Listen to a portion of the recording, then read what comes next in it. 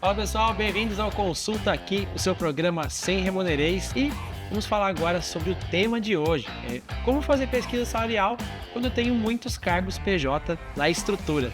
E sendo feito aqui no anfiteatro da Unimax, e aqui na Unimax o seu futuro é na prática.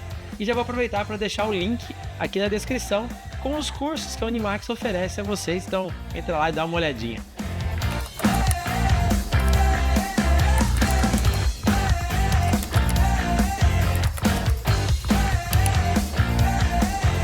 Fala pessoal, Consulta Aqui de volta novamente com Vitor Ribeiro. Vitor, vamos lá? Vamos nessa, Felipe. Valeu pelo convite de novo. Imagina. Vitor, é o seguinte, como que a gente faz uma pesquisa de remuneração quando eu tenho muitos cargos PJ? Cara, antes da gente entrar nesse assunto de fato, eu acho importante a gente ressaltar que esse assunto ele tem muitas implicações jurídicas, tem muitas recomendações que a gente tem que fazer em relação ao contrato PJ, né? Então, é uma prática comum de mercado. A gente encontra bastante empresas praticando isso, mas vale esse ponto de atenção. É bom você ter falado isso, até vou pedir pro diretor aí deixar aqui os nossos outros conteúdos falando sobre o tema, tá? Então, se você tiver interesse também, acessa lá os links. E desculpa te cortar, Vitor, vamos seguir. Mas vamos lá, Felipe.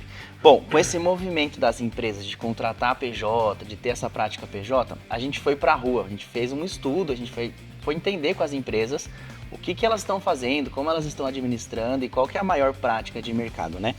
Eu vou mostrar aqui um estudo pra gente que ele fala sobre a prática da estratégia salarial para os cargos PJ.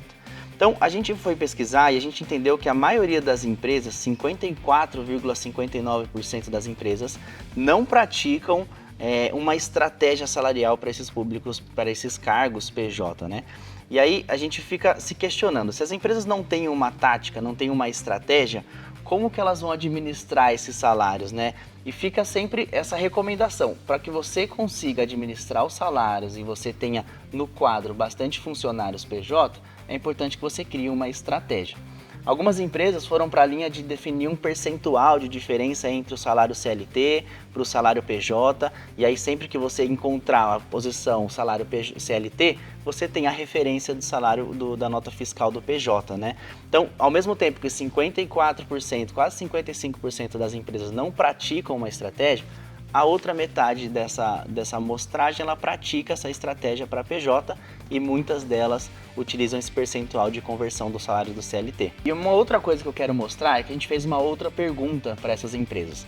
Eu vou mostrar aqui a tela e a gente perguntou para essas empresas aqui embaixo se a empresa tem a intenção de aumentar o número de contratos de PJ. E a grande maioria, aqui 67% das empresas, disseram que sim, tem essa intenção de aumentar a quantidade de PJs, e mais uma vez a gente vê a importância de se definir uma estratégia aqui. Se você quer aumentar o quadro de PJs na sua estrutura e você não tem uma estratégia para isso, isso pode trazer um risco muito grande para o custo para a empresa, para o equilíbrio interno. Se você tem um CLT e um PJ dentro do mesmo cargo, vai gerar um desconforto muito grande entre as duas posições. Então é importante que você defina uma estratégia salarial, e a nossa recomendação é que você defina um percentual de conversão entre o salário do CLT para uma posição PJ. Ô Vitor, e definir quanto eu pago nesses casos, existe algum aspecto geral que eu possa levar em consideração? Dá pra gente colocar uns 3 aspectos aqui, vai. A gente pode olhar para o custo para a empresa, então uma estratégia é você praticar salários PJ para que isso traga uma economia quando se compara todos os tributos, os encargos que temos no salário de um funcionário CLT. Um outro ponto é que a gente pode olhar para o líquido do funcionário, então quanto de fato o funcionário coloca no bolso em relação àquilo que ele teria como CLT. Então essa é uma das vantagens também que a empresa precisa analisar para compor toda essa definição. E aí, claro, todos os benefícios que serão concedidos, remuneração variável, se ele vai entrar num plano de férias, se não vai entrar, se tem 13º, se não tem, tudo isso a gente precisa analisar, Felipe. Legal, Vitor, entendi. E como que eu faço para pesquisar essas posições PJ, né, numa pesquisa de remuneração? Legal, Felipe. A gente tem uma plataforma de pesquisa salarial. É a maior base de empresas de todo o país. Nós temos mais de 3.800 empresas hoje nessa base. E a gente tem pesquisas não só de cargos CLT, mas a gente também fez pesquisas de cargos PJ e a gente traz essas recomendações para cá. Então eu vou mostrar na minha tela como que a gente faz essa leitura. Nós temos 3 tipos de PJ dentro da pesquisa, né? Nós temos o PJ conservador, o moderado e o agressivo. A diferença entre cada um desses modos é justamente a estratégia que a empresa adotou para essa administração dos contratos PJ. O PJ conservador é para a empresa que leva em consideração a conversão do salário CLT, mas o PJ ele continua participando de um programa de variável por fora da nota fiscal e de um programa de benefícios, às vezes um plano de saúde, um vale alimentação por fora também da nota fiscal. Então essa conversão ela é menor. Nesse caso, a diferença que nós encontramos do salário CLT para a nota fiscal PJ é de 28%. O PJ ele recebe 28% a mais que o salário do CLT. No outro lado aqui, no extremo, nós temos o PJ agressivo. Nesse caso, é quando a gente considera todas as práticas remuneratórias dentro da nota fiscal do PJ.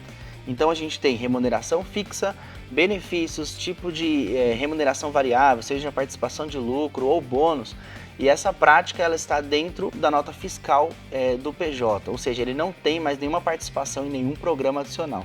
Essa diferença ela fica maior, ela fica em torno de 66% frente à remuneração do CLT. Então, enquanto o CLT tem um salário, o PJ ele ganha uma nota fiscal 66% acima. O PJ moderado e talvez a maior prática do mercado é quando você tem um profissional PJ e ele tem uma prática salarial diferente do CLT, mas ele ainda é elegível a um tipo de remuneração variável, por exemplo, mas não tem nenhum tipo de benefício além da nota fiscal. Então ele tem a sua nota fiscal considerando o equivalente ao salário fixo, mais benefícios, e aí ele participa de uma remuneração variável, de um programa de bônus ou participação de lucro. Nesse caso, a conversão ela fica em torno de 45%. Então o CLT tem uma remuneração, o PJ tem uma nota fiscal 45% maior do que o CLT nesse caso. Vitor, super explicado.